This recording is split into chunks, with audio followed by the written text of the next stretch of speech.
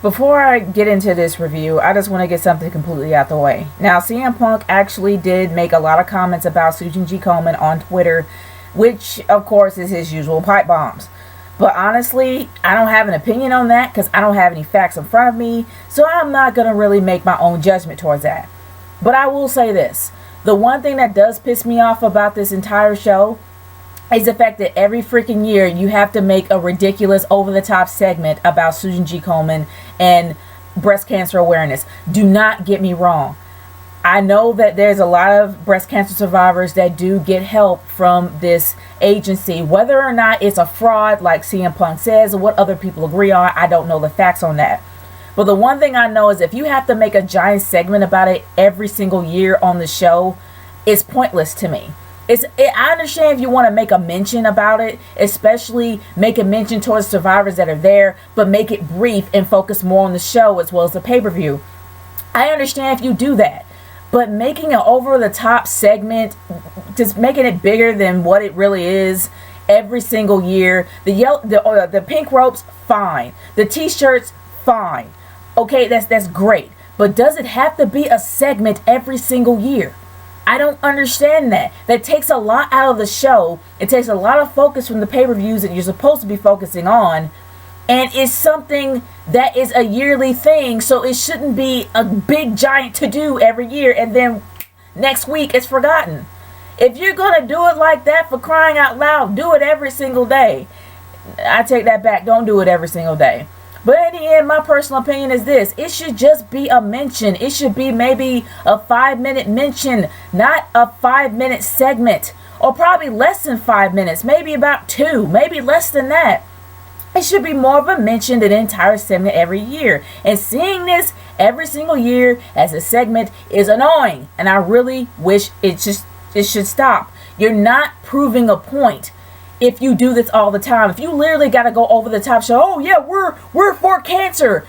You don't have to do that. There's other ways to show your support. You don't have to make it a big grand gesture every single year. It should just be a mention instead of wasting an hour and a half on something that should just be less than that. That's just my opinion on it, and I'm moving on from there to this review.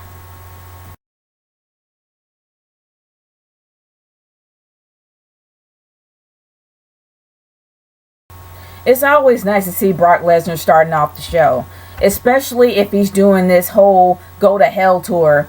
And I did not have a chance to watch the last live event with him versus the Big Show. And from what I'm hearing, it really wasn't all that great to watch, except for maybe one event. And not to mention that this is supposed to be part of the Go to Hell tour, but he didn't main event, which makes me not really interested in seeing it. But I might see it anyway because from what I'm hearing, Big Show got massacred during that entire event. So having Big Show come out and talk about how he's going to knock out Brock, if that did happen, I don't know. I did not see it. It's pointless. And it just made him look bad. From what I've seen on Twitter, it just looks like he was annihilated for that event and it was pointless for him to even come out. And it's kind of the same role but in reverse when it came to to Mark Henry. When Mark Henry actually pretty much got annihilated, not once, not twice, but multiple times by the Big Show. The Big Show kind of took the same thing from Mark Henry. So I really don't know why he's making all these threats because they're actually empty. But as usual, it's nice to see Paul Heyman and Brock Lesnar out there. Brock being the beast and Paul Heyman being the mouthpiece.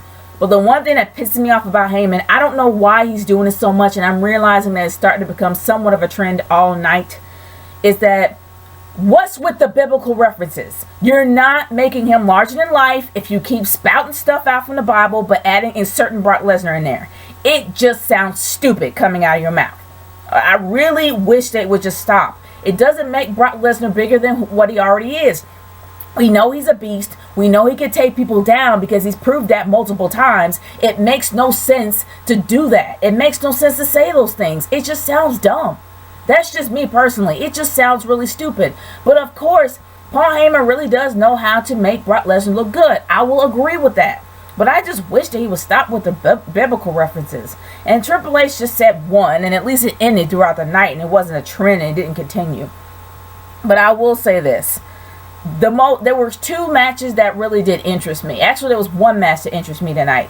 One match, of course, was Paige versus Natalya. Now, Paige versus Natalya reminded me so much of when Charlotte fought her at NXT. That was a great match, and Natalya definitely did bring her to school. But here's my one problem with it.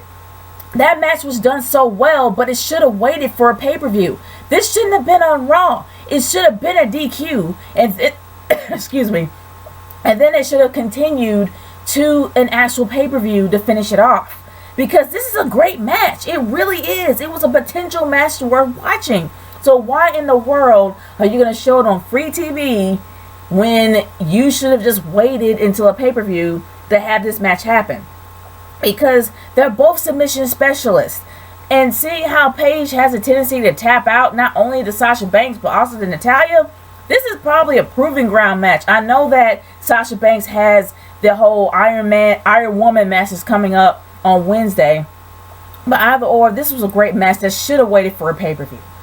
And the one thing that's starting to bug me a bit is the commentators. I can't stand JBL anymore. I used to like JBL as a heel commentator, but he goes back and forth. He doesn't know what he wants to be. Not to mention the fact that when he was talking about, oh yeah, it's a historic match because of their gender. And I know he was saying that just to be a heel. But I'm like, really? I don't know.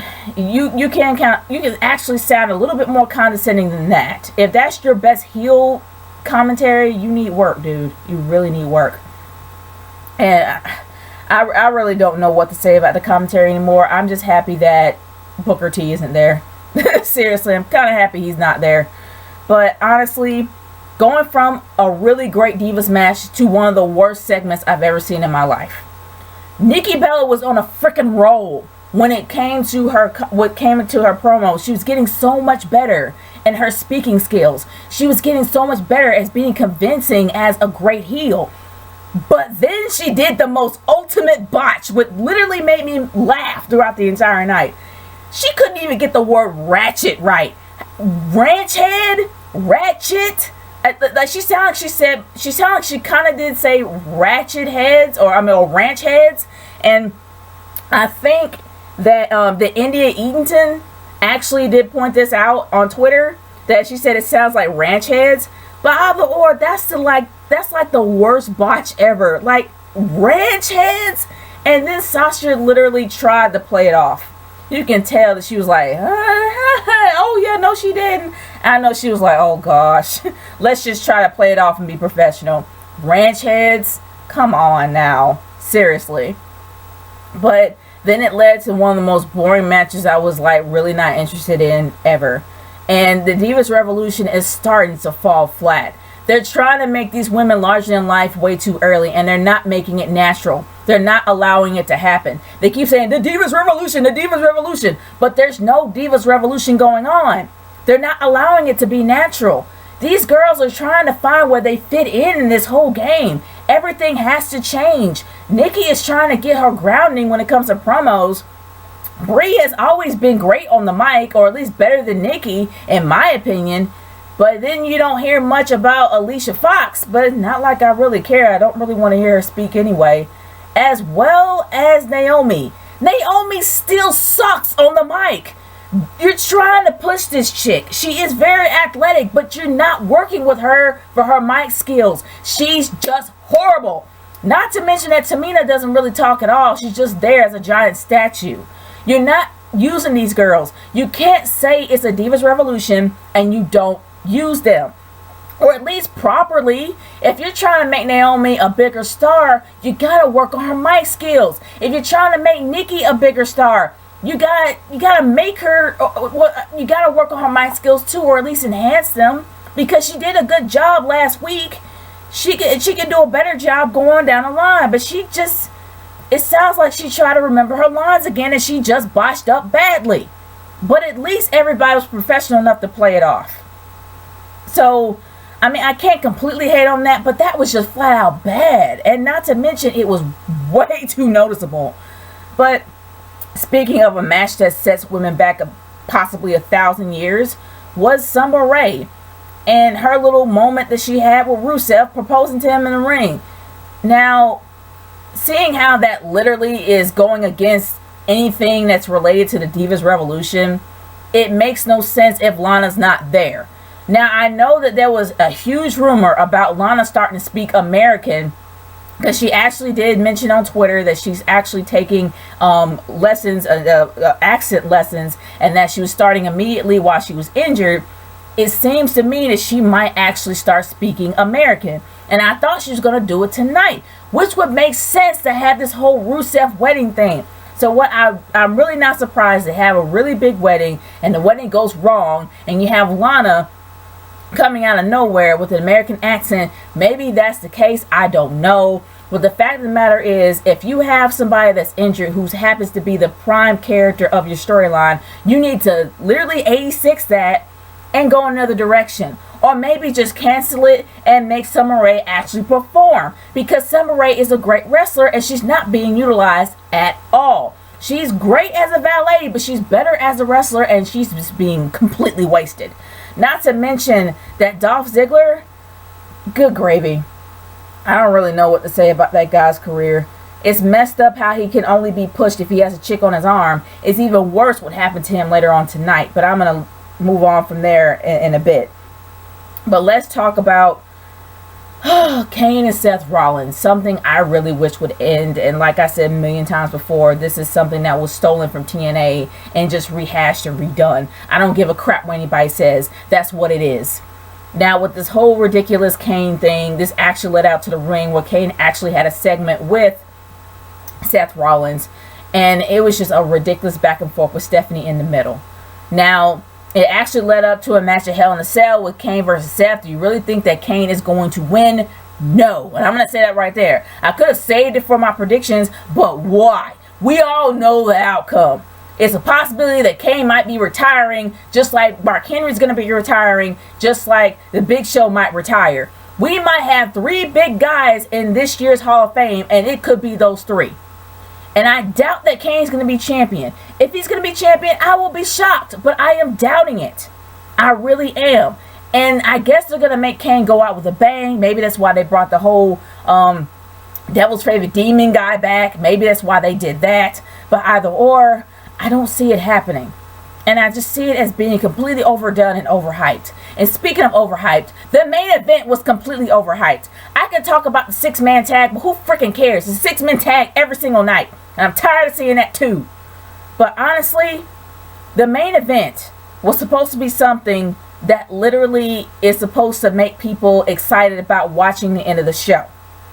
The open challenges have been great up to now. John Cena has literally been... They put up, his opponents had literally gave him a run for his money. And he literally had to change up his style. He literally had to strategize how to keep the belt. He's done a good job with that, and I will give credit where credit is due. But good grief, all that build up for Big E? Are you serious? Don't get me wrong. I know the New Day is completely over, but this should not have been the time. You actually made this a main event for Big E? Of all people? Right. Did you honestly believe that Big E was going to actually take the belt from Cena? No. I would have been happy to see somebody bigger than Big E. Maybe Jericho. Maybe it would have been nice if it was Daniel Bryan, but I doubt it would be because the guy's still freaking injured. But either or, this should not have been a main event. Not when Big E's involved. And yeah, I thought it was funny with the whole segment with Stephanie and everything. It was hilarious. And as much as I see the New Day being entertaining, especially with Xavier Woods and his trombone, this should not have ended with Big E. It shouldn't even have been Ziggler. It should have been somebody else, something worth watching. And it wasn't. It really wasn't. Now, Hell in a Cell is going to be an exclusive on the WWE Network. You got to do everything you can to make that pay-per-view worth watching. And yeah, this actually leads up to the main event of Hell in a Cell, which should be the main event. And they better make it the main event to get it right. Brock Lesnar versus Taker. You got to hype this up. This is on the WWE Network. You are depending on your subs. You are depending on that subscription. You got to make it interesting for people to watch. instead of putting in random crap which makes no sense. We don't care about Summer Rae and Rusev. I can give a crap if they're engaged or not. I can care less about the 6-man tags that we have every single night. Gosh, it's worse than when Teddy Long was there. And I actually didn't even want to make it a rant, but I was hoping that this was going to get better. And it didn't. It fell so flat, it's ridiculous. I honestly thought it was going to get better than this. They're coming close to WrestleMania time. And they're not doing anything to promote this. Who is making these ridiculous decisions behind the scenes? That's what I would like to know.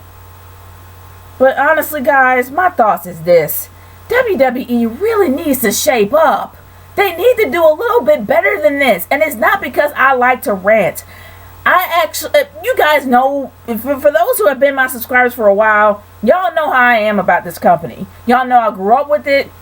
And usually when you're this passionate about something, you really want something to work and work well. But the biggest problem is that they're being far too dependent on things that they think they can get over with. You think you can be dependent on your legends. You think you can be dependent on the kids or the kids' parents buying crap every time. You think you can be dependent on the old school stuff, going back to the weddings, which is outdated since the 90s. I don't know. I can continue on and on and on and on and on about how bad this is, but honestly, I'm trying to be positive here, and I really do hope that they shape up at least before the Rumble. They got to get this right before the Rumble, man. They got to get this right. And Hell in a Cell cannot fall flat. Because after this, so they say that Brock Lesnar and Taker is not going to fight anymore. They need to get this right. Seriously, they really do. But y'all, I want to hear your thoughts on this. Leave a comment in the comment section below or send me a video response on your personal thoughts about tonight's Raw. Because the saddest thing is this. If CM Punk's pipe bomb on Twitter was the most interesting thing about this show, that means that is extremely sad and you got a lot of work to do. But anyway, y'all, I'm done. It's Nature Girl 30 signing off. Peace out. Later.